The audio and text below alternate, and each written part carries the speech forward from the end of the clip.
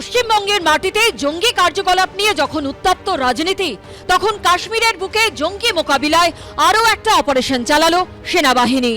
22 April থেকে 22 মে পেহেলগাঁও কাণ্ডের পর কেটে গেল 1 মাস। পর্যটকদের হত্যাকারী জঙ্গিরা এখনো ধরা না পড়লেও জঙ্গিদের বিরুদ্ধে অভিযান জারি রেখেছে ভারতীয় সেনা। দিনে দিনে তা জোরালো হচ্ছে। অপারেশন সিঁদুর, অপারেশন কেল্লার, অপারেশন নাদেরের পর এবার অপারেশন ত্রাসি।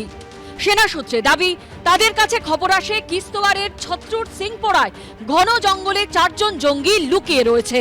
তল্লাশিতে গিয়ে গোটা এলাকা ঘিরে ফেলে সেনা ও জম্মু কাশ্মীরের পুলিশ। শুরু হয় অপারেশন ত্রাসি। নিরাপত্তা বাহিনীকে লক্ষ্য করে গুলি চালায় জঙ্গিরা। নিরাপত্তা বাহিনী পাল্টা জবাব দিলেও শহীদ হয়েছেন একজন সেনা জওয়ান। ভারতীয় সেনাবাহিনীর হোয়াইট নাইট কর্পসের তরফে সোশ্যাল মিডিয়ায় জানানো হয়েছে, অভিযান চলাকালীন তীব্র গুলি বিনিময় হয়েছে। গুলি বিনিময়ে আমাদের একজন বীর জওয়ান জখম হন। যথাসাধ্য চিকিৎসা করা সত্ত্বেও তিনি প্রাণ হারিয়েছেন। পেহেলগাঁও কাণ্ডের প্রতিশোধ নিতে 7ই মে গভীর রাতে অপারেশন সিঁদুরে পাকিস্তান ও পাক অধিকৃত কাশ্মীরে 9টি জঙ্গি ঘাঁটি গুড়িয়ে দিয়েছে আমাদের সেনাবাহিনী। এরপর 13 তারিখ সোপিয়ানে অপারেশন কেল্লারে 3 লস্কর জঙ্গিকে নিকেশ করে সেনাবাহিনী। 48 ঘন্টার মধ্যে 15 তারিখ ভূস্বর্গে দ্বিতীয় এনকাউন্টার চালায় সেনা। পুলওয়ামা চালে অপারেশন নাদেরে 2 জৈশ জঙ্গি ও একজন ওভারগ্রাউন্ড ওয়ার্কারকে খতম করে সেনাবাহিনী। এই প্রেক্ষাপটে পেহেলগাঁও কাণ্ডের 1 মাস পূরণের দিন ফের পাকিস্তানকে কড়া বার্তা দিলেন প্রধানমন্ত্রী নরেন্দ্র মোদী। জঙ্গিদের খোঁজে যখন কাশ্মীরে চলছে অপারেশন ত্রাসি, তখন পেহেলগাঁওয়ে জঙ্গিদের হাতে 26 জনের মর্মান্তিক পরিণতির 1 মাসের মাথায় রাজস্থানের বিকানেরে প্রধানমন্ত্রীর মুখে উঠে এলো অপারেশন সিঁদুরের প্রসঙ্গ। 22 तारीख के हमले के जवाब में हमने 22 मिनट में आतंकियों के 9 सबसे बड़े ठिकाने तबाह कर दिए। दुनिया ने और देश के दुश्मनों ने भी देख लिया कि जब सिंदूर बारूद बन जाता है तो नतीजा क्या होता है। ভয়ঙ্কর জঙ্গি হামলার 1 মাস কেটে গেলেও এখনো অধরা হত্যাকারী জঙ্গিরা। কিন্তু কেন? প্রধানমন্ত্রীকে প্রশ্ন করছে কংগ্রেস। সোশ্যাল মিডিয়ায় রাহুল গান্ধী লিখেছেন, মোদিজি ফাঁকা ভাষণ দেওয়া বন্ধ করুন। শুধু এটুকু বলুন, সন্ত্রাসবাদ নিয়ে আপনি পাকিস্তানের উপর কেন ভরসা করেছিলেন? ট্রাম্পের সামনে নত হয়ে কেন আপনি ভারতের স্বার্থ বলে দিলেন? আপনার রক্ত শুধু ক্যামেরার সামনে কেন ফোটে? আপনি ভারতের সম্মানের সঙ্গে সমঝোতা করে নিয়েছেন। मोदी जी को पूछना चाहती हूँ कि क्या हमारी सरकार आतंकियों को गिरफ्तार करने में असफल हुई है?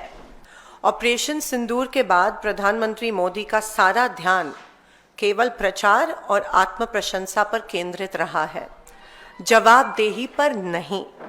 देश की जनता को दिखावा नहीं, जवाब चाहिए।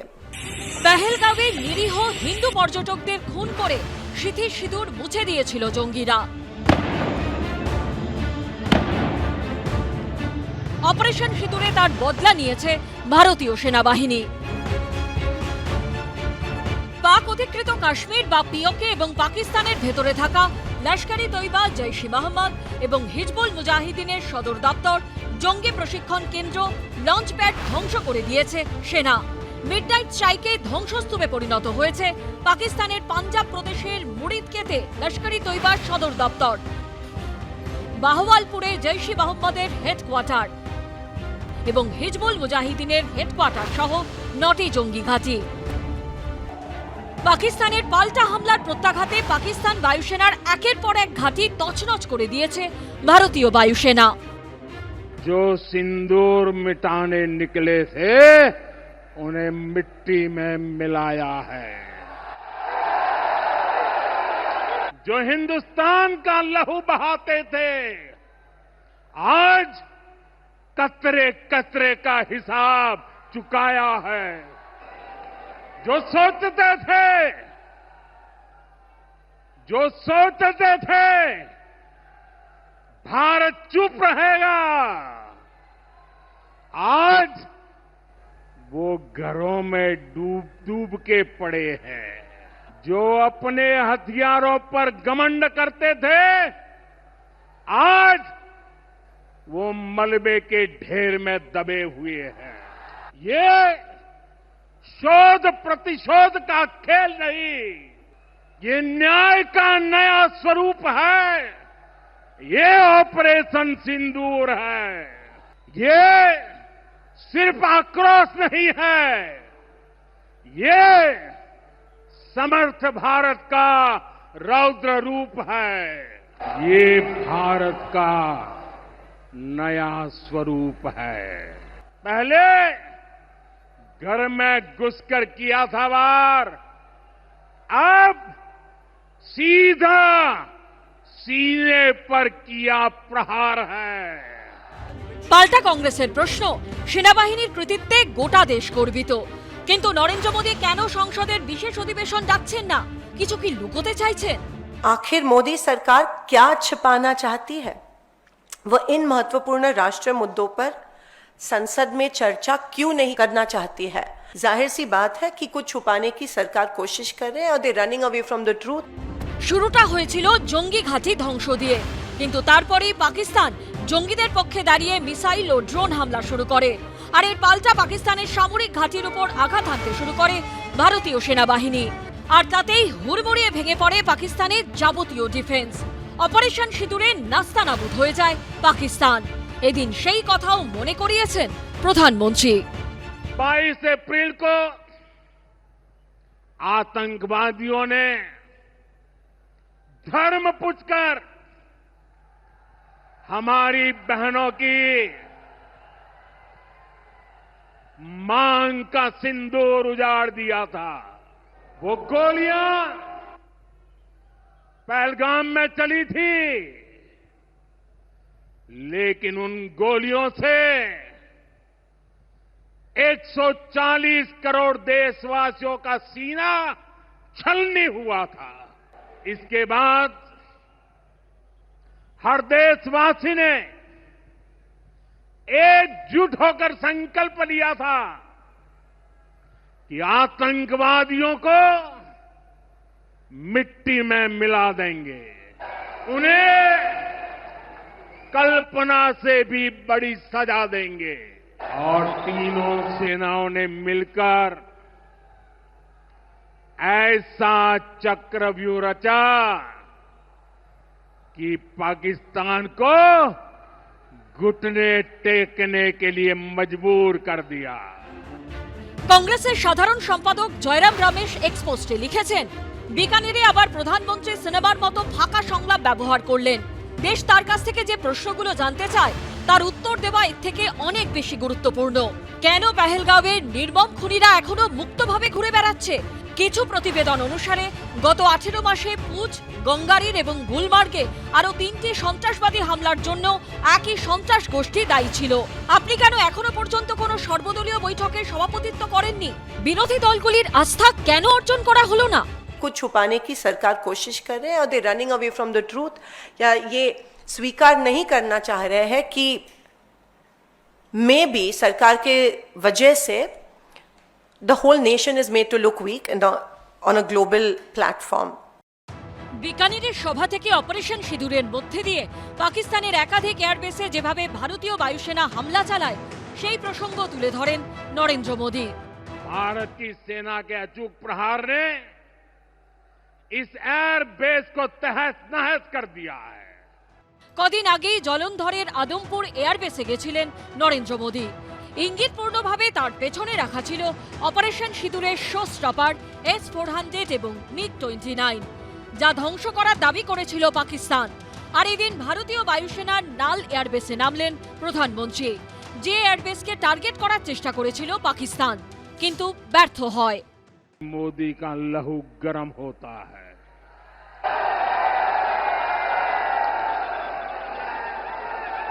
और अब तो मोदी की नसों में लहू नहीं, गरम सिंदूर बह रहा है। पाकिस्तान ने इस एयरबेस को भी निशाना बनाने की कोशिश की थी, लेकिन वो इस एयरबेस को रत्ती भर भी नुकसान नहीं पहुंचा पाया। और वहीं यहां से कुछ ही दूर सीमा पार पाकिस्तान का रहीम यार खान एयरबेस है। पता नहीं आगे कब खुलेगा। आईसीयू में पड़ा है। কাজী নজরুলের শিরায় কি সিঁদুর নাকি অন্য কিছু, আমরা কিন্তু সেই বিভাজনে যেতে চাই না। নিশ্চিতভাবে তার শিরায় সিঁদুর আছে, আবার অন্য কারুর শিরায় অন্য কিছু আছে। আসলে সব মিলিয়ে সব যদি দেখেন তাহলে প্লাস প্লাস প্লাস করে দেখবেন ওই ইকুয়াল টু হচ্ছে অবগুণ্ঠন, সেটাই হচ্ছে সত্যি। পাক সীমান্তবর্তী রাজস্থানের বিকানেরে দাঁড়িয়ে ফের একবার পাকিস্তানকে হুঙ্কার দেন নরেন্দ্র মোদী। भारत पर आतंकी हमला हुआ तो करारा जवाब मिलेगा। समय हमारी सेनाएं तय करेगी, तरीका भी हमारी सेनाएं तय करेगी और शर्तें भी हमारी होगी। हम आतंक के आकाओं और आतंकी सरपरस्त सरकार को अलग अलग नहीं देखेंगे, उन्हें अलग अलग नहीं देखेंगे, उन्हें एक ही मानेंगे। पाकिस्तान का ये स्टेट और नॉन स्टेट एक्टर वाला खेल अब नहीं चलेगा। নরেন্দ্র মোদী যখন পাকিস্তানকে হুঁশিয়ার করছেন তখন ফের একবার তার অস্বস্তি বাড়িয়েছেন ডোনাল্ড ট্রাম্প। ফের একবার তিনি দাবি করলেন ভারত পাকিস্তান সংঘর্ষ থেমেছে তাদের জন্যই। If you take a look at what we just did with Pakistan and India, we settled that whole thing, and I think I settled it through trade. We're doing a big deal with India, we're doing a big deal with Pakistan, and I said, what are you guys doing? You know, somebody had to be the last one to shoot. But the shooting was getting worse and worse, bigger and bigger, deeper and deeper into the countries. শুধু এই নয়, ভারত পাকিস্তানকে ফের একবার এক সারিতে দাঁড় করানোর চেষ্টাও করেছেন আমেরিকার প্রেসিডেন্ট। একদিকে তিনি মোদীকে বন্ধু বলছেন, আবার অন্যদিকে পাকিস্তানের নেতাদেরও প্রশংসা করছেন। Pakistan has got some excellent people and some really good, a great leader. And India is my friend, Modi. ভারতীয় সেনাবাহিনী যখন পাকিস্তানের কোমর ভেঙে দিয়েছে তখন আচমকাই দুদেশের মধ্যে সংঘর্ষ বিরতির ঘোষণা করেন ডোনাল্ড ট্রাম্প। একবার নয়, বারবার তার দাবি বাণিজ্য করার কথা বলেই তিনি সংঘর্ষ থামিয়েছেন। আর তার এই অবস্থানকে হাতিয়ার করছে বিরোধীরা।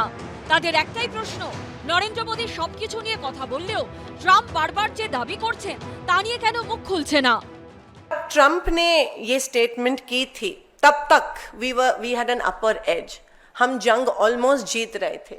लेकिन ट्रंप की घोषणा के बाद हमको हमारे देश को बहुत कमजोर हमारे देश की सरकार ने दिखाया।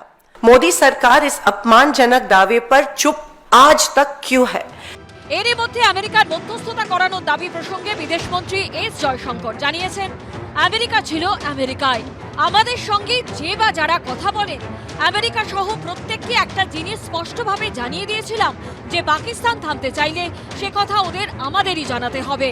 ওদের কাছ থেকে শুনতে চাই আমরা, ওদের জেনারেল আমাদের জেনারেলকে ফোন করুন। দুদেশের মধ্যে সংঘাত পরিস্থিতি দেখা দিলে অন্য দেশ থেকে ফোন আসাই স্বাভাবিক।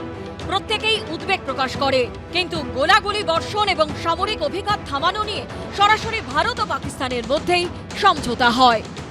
भारत पाकिस्तान का जो भी एंगेजमेंट होगा वो बायलैटरल तरीके, दो पक्षीय तरीके से ही होगा।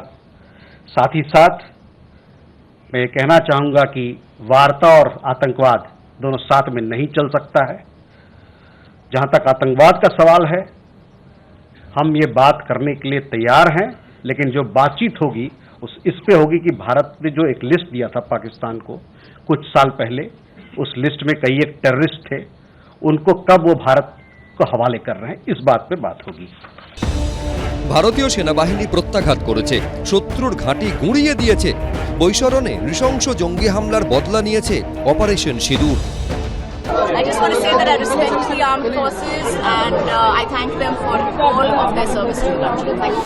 কিন্তু যাদের কাছের মানুষগুলো চিরতরে হারিয়ে গেল, যেমন বৈষ্ণবঘাটার বিতান অধিকারী, তার 3.5 বছরের ছেলে এখনো এঘর ওঘর বাবাকে খুঁজে চলেছে, মোবাইল ফোনে খুঁজছে বাবার ছবি। এই যদি হঠাৎ করে বাবা ফিরে আসে, কিন্তু তা যে আর কোনোদিনই হওয়ার নয়। এদিকে পুত্র শোকে বিছানা নিয়েছেন বিতানের মা বাবা, বেঁচে থাকার ইচ্ছেটাই যেন হারিয়ে ফেলেছেন এই মানুষগুলো। ওর যে শিশু সন্তানটা, সেও একটা কিরকম একটা পরিস্থিতির মধ্যে এখন খুঁজে বেড়াচ্ছে, বাবাকে খুঁজে বেড়াচ্ছে, বাবা কই না। হোয়াটসঅ্যাপে ও তো কথা বলতে বাবার সাথে না, এখন মোবাইল করে দেখতে বাবার নেই তো ছবিটা। আর দিদি যায়, এরা দুজনে এমনি অসুস্থ, দিদি তো পেসমেকার লাগানো, সেটাও চেক আপ করতে পারিনি। সরকার কিন্তু মানে একটা পেনশন উনি শুরু করেছেন ওদের জন্য। আর কেন্দ্রের তরফ থেকে আমরা বুঝতে পারছেন এটা নিয়ে কোনো কিন্তু শুধু আমাদের না, ধরুন আরো যে 26 জন যা মারা গেছে, এই ব্যাপারে কোনো উচ্চবাক্য আমরা ঠিক বুঝতে পারছি না। কাশ্মীরে জঙ্গি হামলায় মৃত্যু হয়েছে বেহালার বাসিন্দা কেন্দ্রীয় সরকারি কর্মী সমীর গুহর। চোখের সামনে জঙ্গিদের গুলিতে স্বামীকে মাটিতে লুটিয়ে পড়তে দেখেছিলেন স্ত্রী। তিনি চাইছেন পেহেলগাঁওয়ে হামলাকারী জঙ্গিরা যেন এবার অন্তত ধরা পড়ে। প্রধানমন্ত্রী যা স্টেপ নিয়েছেন ঠিক আছে, আমরা সেটাই চাইছি। যারা সেদিনকে এই ঘটনাস্থলে ছিল তাদেরও খোঁজ চলছে। হ্যাঁ জানি, এখনো পাওয়া যায়নি। প্রধানমন্ত্রীর কাছে রিকোয়েস্ট যেন তাদেরকে অ্যাজ আর্লি অ্যাজ পসিবল ধরা হয়। ভয়ঙ্কর জঙ্গি হামলার 1 মাস, 26 জনকে হত্যার 1 মাস, ভূস্বর্গে রক্তে ভেসে যাওয়ার 1 মাস। এপ্রিলের রক্তাক্ত 22 তারিখ পেরিয়ে ক্যালেন্ডারে আবার একটা 22শে মে। সেই অভিশপ্ত দিনের পর থেকে মিনি সুইজারল্যান্ড বলে পরিচিত বৈশরণ উপত্যকা পর্যটকহীন। যে রাস্তা ধরে পায়ে হেঁটে কিংবা টাট্টু ঘোড়া চড়ে পর্যটকরা উপত্যকায় পৌঁছতেন, তা নিরাপত্তাজনিত কারণে বন্ধ করে দেওয়া হয়েছে পর্যটকদের জন্য। এইভাবে রাস্তার উপর কাটা তার দিয়ে ঘিরে দেওয়া হয়েছে। এখনো বৈশরণ উপত্যকা ও তার পার্শ্ববর্তী ঘন জঙ্গলে জঙ্গিদের খোঁজে চলছে সার্চ অপারেশন।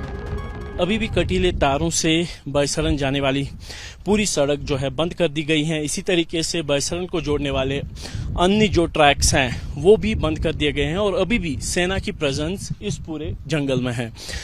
सेना का सर्च ऑपरेशन भी चल रहा है क्योंकि अभी भी बैसरन हमले को अंजाम देने वाले वो आतंकी अभी तक सुरक्षा बलों की गिरफ्त से बाहर हैं और उनके खिलाफ ऑपरेशन तो चल रहे हैं, तलाशी अभियान भी चल रहे हैं, लेकिन सुरक्षा के व्यापक प्रबंध अभी भी पूरे इस इलाके में हैं। आप देख सकते हैं कि सीआरपीएफ की टुकड़ियां जो है वो उन इलाकों में गश्त करते हैं, इन जंगलों के जो सिविलियन एरियाज के साथ जुड़े हुए हैं और अंदर जो सर्च ऑपरेशन है वो सेना की तरफ से चलाया जा रहा है। एनआईए भी अपनी जांच है वो जारी रखे हुए और जो तथ्य इकट्ठा हो रहे हैं उसके आधार पर आगे की जांच भी हो रही है। लेकिन आज 1 महीना पूरा होने के बाद ये सच्चाई है कि अभी भी इस हमले को अंजाम देने वाले हमलावर सुरक्षा बलों की गिरफ्त से बाहर है।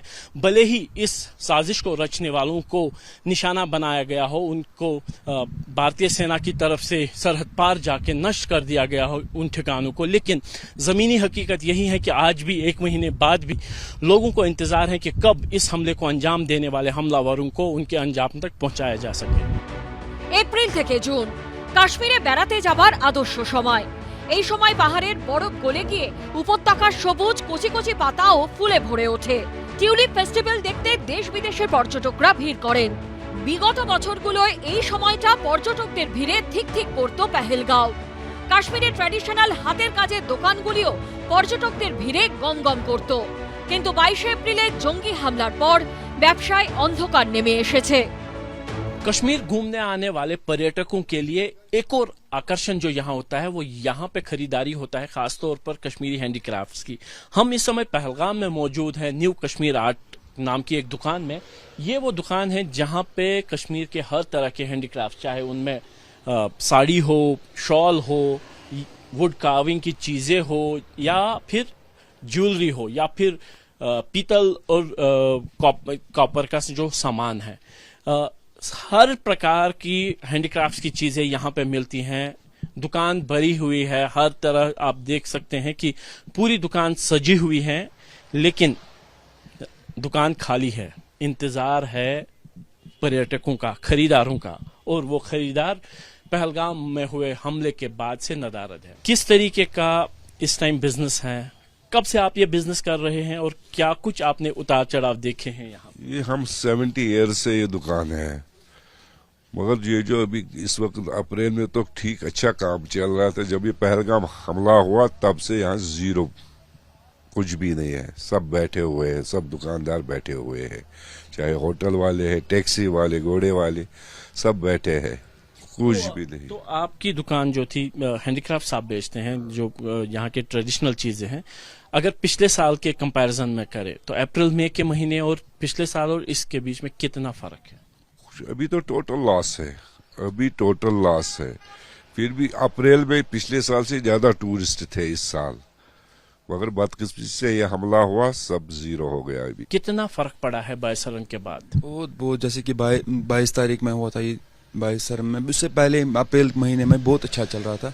जब ये 22 तारीख हुआ उसके बाद मतलब पूरा जीरो हो गया, मतलब कुछ भी नहीं है। पिछले साल से पूरा कम है। टैक्सी वाले हैं बाहर, होटल्स हैं बाहर, बहुत दुकानें हैं, सब दुकानें बंद हैं। हम इसलिए बैठे यहाँ पे क्योंकि आप देख सकते हैं यहाँ पे माल है, तो माल की वजह से यहाँ पे बैठे हैं। हम देखना पड़ता है क्योंकि खराब ना हो जाए, तो इसलिए बैठे हैं सर यहाँ पे। যে পেহেলগাঁও পর্যটনের উপর দাঁড়িয়ে সেই পেহেলগাঁও আজ প্রায় পর্যটক শূন্য। পর্যটকদের অপেক্ষায় দিন গুনছে হোটেলগুলো, স্ট্যান্ডে সার দিয়ে অপেক্ষা করছেন ট্যাক্সিওয়ালারা। রুটি রুজি বন্ধ হয়ে গেছে টাট্টুওয়ালাদের। टूरिज्म को हम जो है रिवाइव करना है। जो भी वो अटैक हुआ, जो भी वो मतलब कवर्डली अटैक हुआ, वो अच्छा नहीं हुआ, और उससे अब देखिए कितने लोगों के पेट पे लात पड़ गई। ये यहाँ पे ये टूरिज्म जो था, यहाँ के लोगों की रीढ़ की हड्डी थी, जो बैकबोन हम कहते हैं वो थी, तो उस चीज को नुकसान पहुंचाया गया। जब वो इंसिडेंट यहाँ होता है, खून देने कौन आता? कश्मीरी।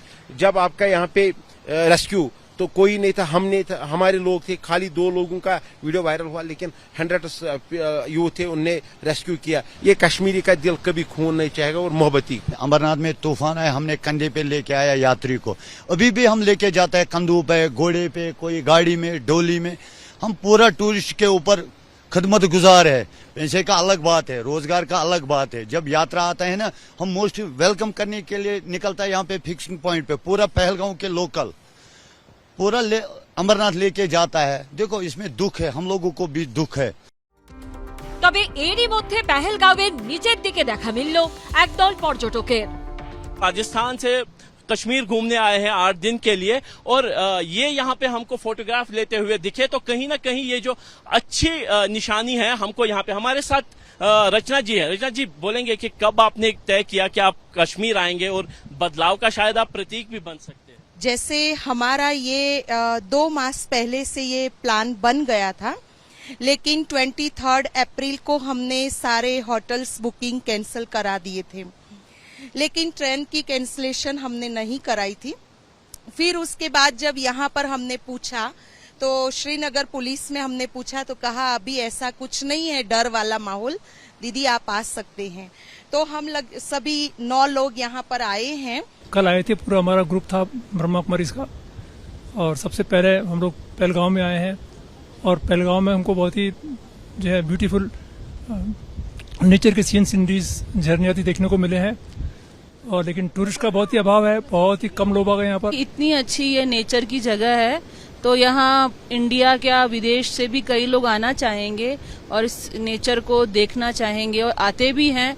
और पर बस यही है कि जो हादसा हुआ है ये अच्छा नहीं हुआ है। সেদিন রক্তে ভেসে যাচ্ছিল উপত্যকা, বুলেট ক্ষতবিক্ষত করে দিয়েছিল 26টা তরতাজা প্রাণ, আহত হয়েছিলেন একাধিক জন। ভয়ঙ্কর সেই জঙ্গি হামলার খবর শোনার পরেই পুরোদমে প্রস্তুতি নিতে শুরু করেন পেহেলগাঁওয়ের এই হাসপাতালের চিকিৎসকরা। पहलगाम के बायसरन में हमले को 1 महीना पूरा हो गया है, और मेरे पीछे डॉक्टर्स और पैरामेडिक्स की वो टीम है जिन्होंने उस दिन यहाँ पे ना सिर्फ उन जख्मी लोगों का इलाज किया, बल्कि खामोशी से अपना काम किया, सारे शोर शराबे से दूर। देखिए, जो ही हमें पता लगा कि दैट एक ऐसा वाक़ा हुआ है, अनटूवर्ड इंसिडेंट ऊपर हुआ, तो हमने इमीडिएटली यहाँ हॉस्पिटल से एक टीम रवाना कर ली बाईसरन के मोटरेबल जहां तक एम्बुलेंस जाती है, एम्बुलेंसेस डिप्लॉय करके जो भी इंजर्ड थे उनको रेस्क्यू करने के लिए। मीनवाइल जितने भी हमारे नजदीकी हॉस्पिटल है वहां से एडिशनल टीम्स और एडिशनल एम्बुलेंसेस डिप्लॉय की हमने इस हॉस्पिटल में, और एक अच्छा खासा हमने मैन पावर और ये जो एम्बुलेंसेस है यहाँ पे खड़ी की। বৈশরণ উপত্যকায় যাওয়ার জন্য মোটর গাড়ির রাস্তা শেষ হয়ে যায় এখানে। এরপর বাকি প্রায় 6 কিলোমিটার পথ পায়ে হেঁটে কিংবা টাট্টু ঘোড়া চলে উঠতে হয়। চিকিৎসকরা বলছেন এই পথ যদি পুরোটাই গাড়ি চলাচলের উপযোগী হতো তাহলে হয়তো বেঁচে যেত আরো কিছু জনের প্রাণ। पहलगाम के बैसरन में हुए हमले को 1 महीना तो हो चुका है और हम इस समय खड़े हैं उस जगह पे जहां से मोटरेबल रोड जो है वो खत्म होता है। ये वो सड़क है जो पहलगाम के सर्किट हाउस रोड के बाद से इस सड़क को जोड़ती हैं, जो कि ऊपर की तरफ जो कच्चा रास्ता जाता है ये बैसरन की तरफ जाता है। पहलगाम हमला जब हुआ था तो उस दिन जितनी भी एम्बुलेंस और पुलिस की गाड़ियां वो यहीं तक पहुंच पाई थी, यानी तकरीबन यहां से आधा किलोमीटर आगे तक, जहां तक ऐसी कच्ची सड़क है, और उसके बाद से पूरा रास्ता या तो खच्चरों पे या पैदल या फिर एटीवी के जरिए ही पूरा हो सकता है। जिस जगह पे घटना घटी थी वो काफी दूर था पहाड़ से, तो कितना असर उससे पड़ा जो इलाज में? काफी ज्यादा। अगर शायद वहां पे गाड़ी पहुंच पाती, अगर वहां मोटरेबल रोड होता तो शायद और भी लोग बच सकते थे, क्योंकि वहां कोई रास्ता नहीं, कुछ नहीं, तो उस वजह से तो मोस्टली तो डेथ उस वजह से हुई, रास्ता ना होने की वजह से। চিকিৎসকরা বলছেন বেশিরভাগ পর্যটকদেরই বুক লক্ষ্য করে গুলি চালানো হয়েছিল। There were blood injuries, mostly blood injuries, or sensitive parts. Like most of the injuries were above chest, most of the injuries. But बाकी limbs वगैरह वो भी कुछ लोगों में थी, abdomen में भी injuries थी, पर ज्यादातर chest से above ज्यादा। I'm an anesthetist. I'm used to see sick patients, but ऐसा catastrophe मैंने पहले नहीं देखा है। We were emotionally drained, I could say that. मतलब इमोशनल सिचुएशन था हमारे लिए, बिकॉज हम भी इंसान ही हैं, बट वहाँ से हम डॉक्टर्स भी हैं तो हमें अपना काम भी साथ साथ करना होता है। जो ही वो मतलब हमने सुनी ये बैड न्यूज़ तो हमने अपने अरेंजमेंट्स देखे, मतलब बिल्कुल हम अपने हिसाब से बिल्कुल तैयार रहे, तो हमने अच्छी तरह अल्हम्दुलिल्लाह हमने अच्छी तरह मैनेज कर दिया। जो भी इंजर्ड आया हमने वो बच गए, वो सभी बच गए, तो हमने अपनी तरफ से पूरी कोशिश की। तो आपने इस तरीके का कुछ देखा है इससे पहले? तो इस तरीके का नहीं देखा है। ভারত পাক সংঘর্ষ থামলেও সংঘাতের আজ এখনো রয়ে গেছে। এই আবহে পাক গুপ্তচর সন্দেহে ধৃত জ্যোতি মালহোত্রাকে নিয়ে সামনে আসছে চাঞ্চল্যকর সব তথ্য। দেখতে আর 10 জন ব্লগারের মতোই, কথায় বার্তায় চলনে বলনে অত্যন্ত সপ্রতিভ। ভারত পাকিস্তান সংঘাতের আবহে সেই মেয়েকে আইএসআই এর গুপ্তচর সন্দেহে গ্রেপ্তার করা হয়েছে। তারপরই জানা গেছে চমকে দেবার মতো সব তথ্য। কলকাতা থেকে কাশ্মীর অবধি চষে বেরিয়েছে সে, ভিডিও করে গুরুত্বপূর্ণ সব জায়গার, যার উদ্দেশ্য নিয়ে এখন প্রশ্ন উঠছে। 2025-এ রাজধানী করে ব্যারাকপুরে ঢুকছেন, ব্যারাকপুরে ক্যান্টনমেন্ট, বিস্তারিত তার প্রতিবেদনে আসবো। 2024-এর আগস্টে সেপ্টেম্বরে তিনি চিকেন স্নেক, এই এত পাকিস্তান এবং ভারতের সংঘাত নিয়ে এতবার চিকেন স্নেকের যে আলোচনা হলো, সেই চিকেন স্নেক ঘুরে বেরিয়েছেন করোনেশন ব্রিজে, চা বাগানে ঘুরে বেরিয়েছেন। 2024-এর মে মাসে দুরন্ত চলে এলেন পাক সার্কাস। মার্চে ওই বছরই ঢাকা থেকে শটান এলেন কলকাতা। আমার এই পর্যায়ে প্রথম বক্তা ব্রিগেডিয়ার দেবাশিস দাসের কাছে আসব, যে জ্যোতির আসল পরিচয় কেন্দ্রীয় গোয়েন্দারা যখন সামনে আনলেন, এ রাজ্যে আমাদের আশঙ্কিত হওয়ার কতটা কারণ আছে? সুমন, আমি আমার ব্যক্তিগত মতামত বলবো, কারণ আমি এইগুলো কাছ থেকে দেখেছি আমার জীবন।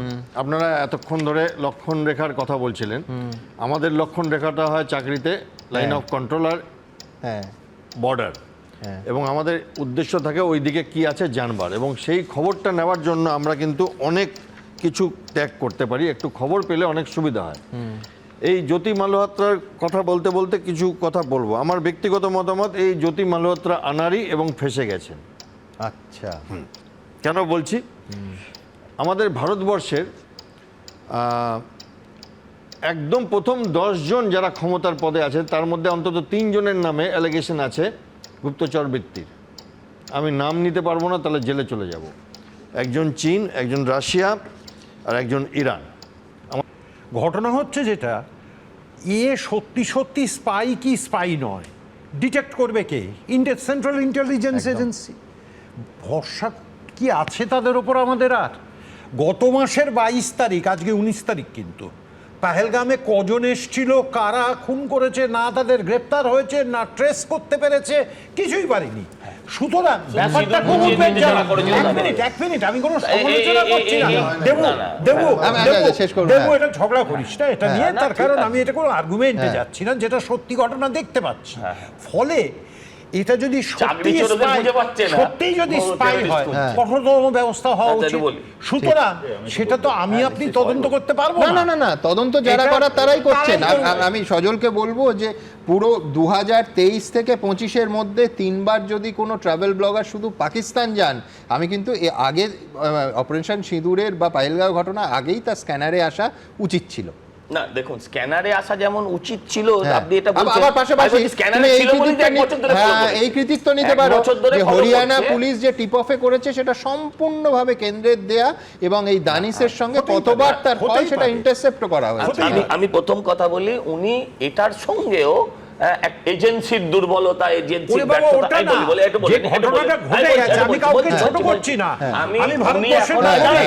আমার সময় কেটে দেবে।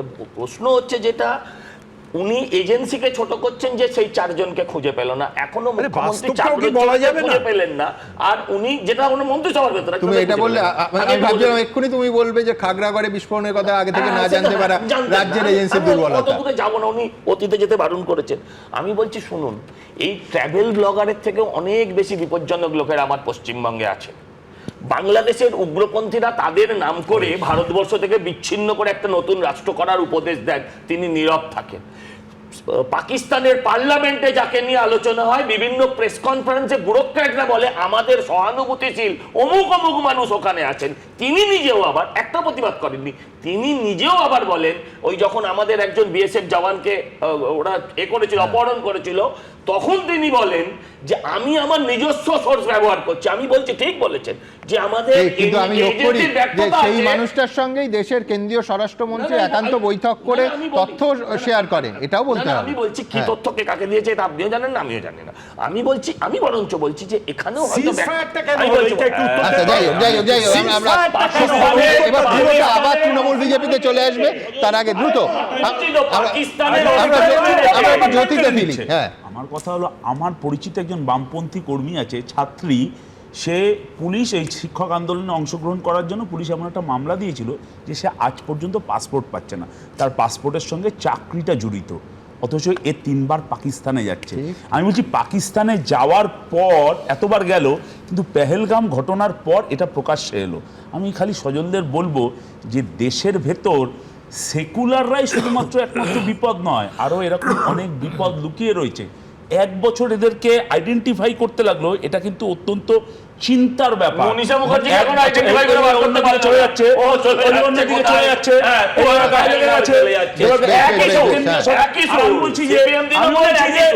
ইউটিউবার আমরা দেখলাম এইসব যুদ্ধের আবহে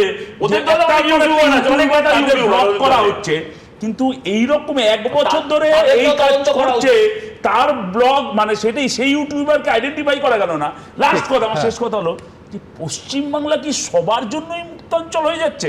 এটা একটা বড় চিন্তার ব্যাপার। এবার জানা যাচ্ছে 4 বার মুম্বাইও গেছিল পাকিস্তানি চর সন্দেহে ধৃত ইউটিউবার জ্যোতি মালহোত্রা। 2024-এ 3 বার এবং 2023 সালে 1 বার মুম্বাই গেছিল এই ট্রাভেল ব্লগার।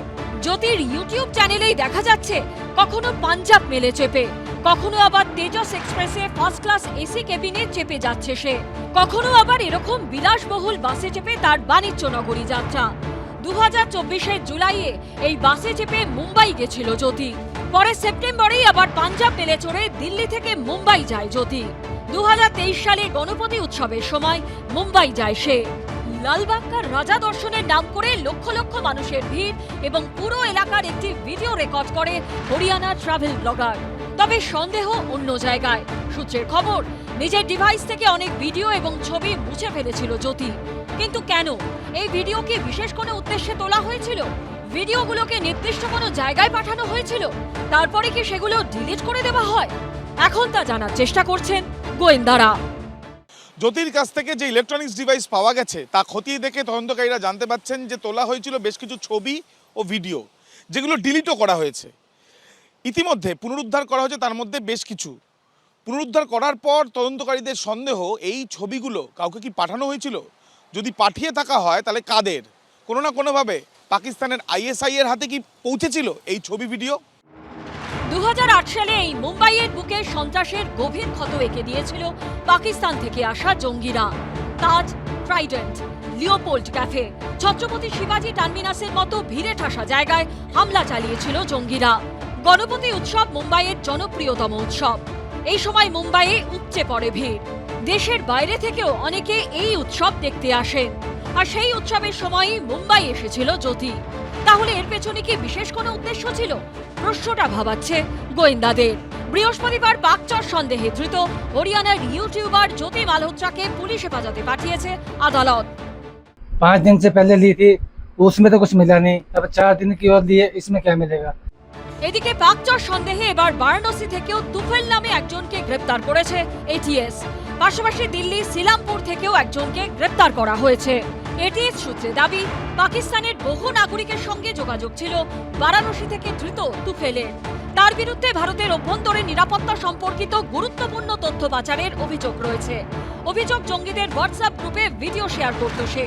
অন্যদিকে দিল্লি থেকে ধৃত মোহাম্মদ হারুনের বিরুদ্ধে পাক হাইকমিশনে নিযুক্ত ব্যক্তির সঙ্গে যোগসাজশ ও পাকিস্তানের ভিসা পাইয়ে দেওয়ার নামে টাকা তোলার অভিযোগ রয়েছে। ভারতীয় নাগরিক যখন তার দেশে যাবতীয় তথ্য তুলে দিচ্ছেন পাকিস্তানের হাতে, তখন নিঃসন্দেহে দেশের সঙ্গে একটা বিশ্বাসঘাতকতার বড় অভিযোগ ওঠে।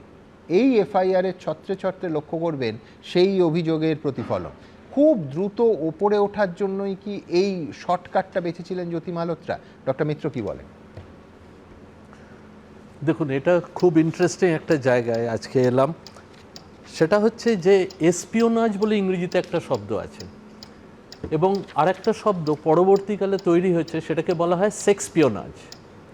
অর্থাৎ এসপিওনাজ মানে কোনো একটা দেশের মধ্যে ঢুকে আরেক দেশের নাগরিক যখন সেই দেশটাকে স্পাইং করে বিপদে ফেলতে পারে অথবা ইমপ্লোড করাতে পারে, সেটাকে বলে এসপিওনাজ। এইখানে যুক্ত হয় রোম্যান্টিসিজম অর ফিজিক্যাল ফ্যান্টাসিস। এরা, আমি যেটা বাড়ি থেকে বেরোনোর আগেও বললাম, দেখুন আমাদের মনোরোগ বিশেষজ্ঞদের কাছে আমরা তো মনের ভেতরে ঢুকে দেখতে পারি না। আমরা যেটা বুঝতে পারি যে এই মানুষটা কি কাজ করছে, সেই কাজের মাধ্যম থেকে আমরা ব্যাকট্র্যাক করতে পারি। অর্থাৎ এই ক্ষেত্রে আমি এইটুকুনি বলতে পারবো যে এই মেয়েটা ছোটবেলা থেকে কীরকম ছিল, এবং উইথ 80 to 90% সার্টেনটি আমাদের এটা বলা সম্ভব। আমাদের হিউম্যান ব্রেইন যেটা আছে সেটা করে কি, রিস্ক ভার্সেস বেনিফিটটাকে অ্যাসেস করতে থাকে সব সময়। কিন্তু কিছু এইরকম লোকের ব্রেন আছে যেখানে দেখা যায় তাদের কাছে রিস্কটাও বেনিফিট।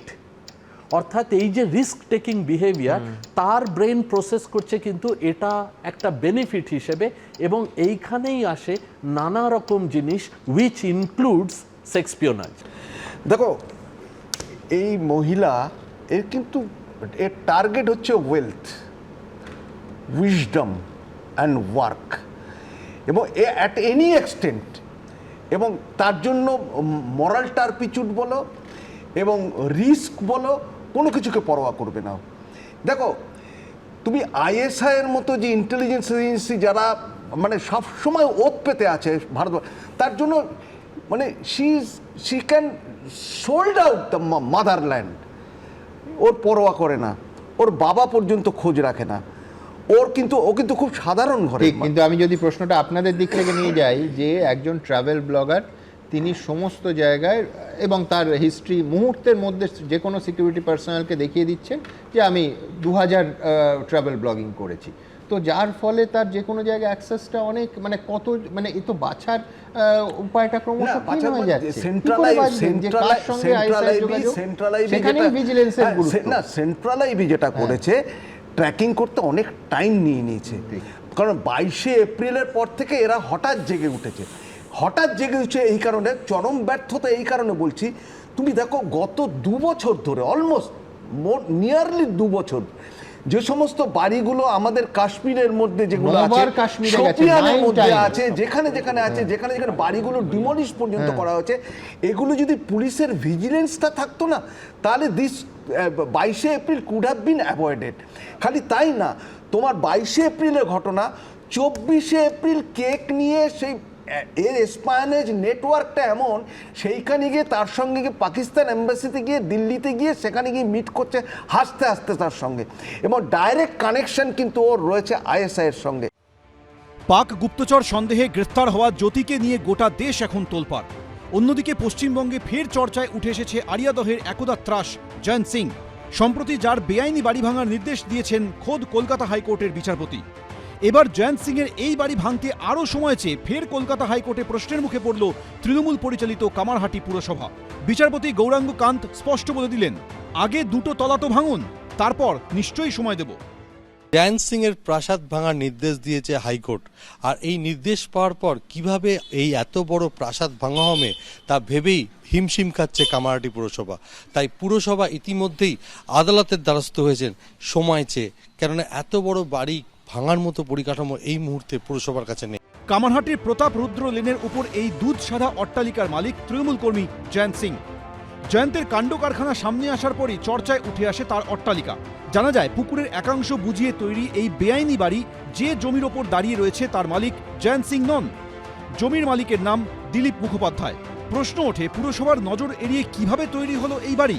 অবৈধভাবে তৈরি বাড়িটি ভেঙে ফেলার আবেদন জানিয়ে কলকাতা হাইকোর্টে মামলা করেন কামারহাটির এক বাসিন্দা। গত সোমবারই তৃণমূল পরিচালিত কামারহাটি পুরসভার ভূমিকা নিয়ে ক্ষোভ প্রকাশ করে কলকাতা হাইকোর্টের বিচারপতি গৌরাঙ্গ কান্ত প্রশ্ন তোলেন, পুরসভার সহযোগিতা ছাড়া কিভাবে এত বড় বাড়ি তৈরি হলো? পুরসভার আধিকারিকরা সেই সময় কি করছিলেন? অফিসে বসেছিলেন? আমরা এখানে বসে আছি বলে আমাদের যেন অন্ধ মনে করা না হয়।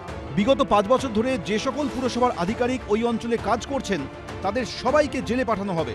1 মাসের মধ্যে বাড়ি ভেঙে খেলার মাঠ করে দেওয়া হোক। কিন্তু বৃহস্পতিবার মামলার শুনানিতে তৃণমূল পরিচালিত কামারহাটি পুরসভার পক্ষ থেকে আবেদনে জানানো হয়, জয়ন্ত সিং এর এত বড় বাড়ি 4 সপ্তাহে ভাঙা সম্ভব নয়, বাড়িটি ভাঙার জন্য 8 সপ্তাহ সময় চাই। তখন বিচারপতি গৌরাঙ্গ কান্ত বলেন, আগে দুটো তলা তো ভাঙা হোক, এমন কিছু পদক্ষেপ করুন যাতে মনে হয় যে আপনাদের কাজ করার সদিচ্ছা আছে। যেই রক্ষক সেই ভক্ষক। এখানে মানে চোর পুলিশ একই জায়গায় আছে। এত বড় একটা সরকারি জায়গায় তিনি বাড়ি তৈরি করেছেন, তার হিম্মত আছে সেখানে ভাঙার? কারণ তারা টাকা পয়সা খাওয়ায় গভর্নমেন্টকে, তারা পুরসভাকে সিন্ডিকেট বাজি থেকে ভর্তি টাকা পয়সা তাদেরকে দেয়, এবং সেই জন্য দেওয়ার জন্য তাহলে আজকে তারা ভাঙবে কোন সাহসে? ভাঙলে তো তাদেরও চাকরি চলে যাবে। এখন বাহানা তৈরি হবে। হাইকোর্ট প্রথমে বললো যে ওটাকে খেলার মাঠ করে দিন, ভেঙে মাঠ করে দিন। প্রথমে বললো আমার ভাঙার মতো ইনফ্রাস্ট্রাকচার নেই। আসলে তৈরি করতেই তো আমরা সাহায্য করেছি। এই জয়ন্ত সিংয়ের মতো লোকেরা টাকা পয়সা লক্ষ্মী সব দেয়, জমা দেয় কালীঘাট আর ক্যামাক স্ট্রিটে। হিম্মত আছে নাকি ভেঙে দেওয়ার? ভোট ম্যানেজার এরাই পাড়ায় পাড়ায় ভোট করে, অপরাধী, আর এদের দ্বারাই তৈরি হয় এইসব অপরাধ জগৎ। ফলে পুলিশ, জয়ন্ত সিং, তৃণমূলের একাংশের নেতা মিলে একটা টক্সিক সাবস্ট্যান্স তৈরি হচ্ছে পশ্চিমবঙ্গের, বিষাক্ত একটা মিশ্রণ। বেআইনিভাবে এত বড় একটা বাড়ি কি করে পুরসভার অজান্তে তৈরি হতে পারে, সেই প্রশ্নের উত্তর এখনো মেলেনি। এখন হাইকোর্টে প্রশ্নের মুখে পড়েও বাড়ি ভাঙতে সময় চাওয়ার পক্ষেই সাফাই দিচ্ছে তৃণমূল পরিচালিত কামারহাটি পুরসভা। যেই জায়গাটা বাড়িটা হয়েছে সেই বাড়িটা তো আর অন্য লোকের নামে রয়েছে, তার মিউটেশন হয়েছে, কিন্তু সেই লোককে খুঁজে পাওয়া যাচ্ছে না। আমরা খবরের কাগজে দিয়েছি, বিজ্ঞাপন দিয়েছি যে আপনি আসুন পৌরসভার সঙ্গে দেখা করুন, আপনার হয়নি। বাড়িটা কার সেটা এখনো কিন্তু হয়, জেসিপি ফেসিপি এগুলোই তো কাজে লাগে। তো এখন সেই কারণেই আমরা খুব মুশকিলে পড়ে গেছি পৌরসভা, কারণ আমার এখানে কোনো ইনফ্রাস্ট্রাকচার নেই। তো সেই কারণে আমার কোনো এজেন্সিকে দেখতে হচ্ছে যারা নাকি এসব ভাঙি করে, বাড়ি পুরোনো বাড়ি হোক নতুন বাড়ি যারা ভাঙে, তো সেটাকে করে আমাকে করতে হবে। হাইকোর্টের নির্দেশের পর কি অবশেষে পুরসভা তৎপর হবে, সেটাই দেখা। এবিপি আনন্দ।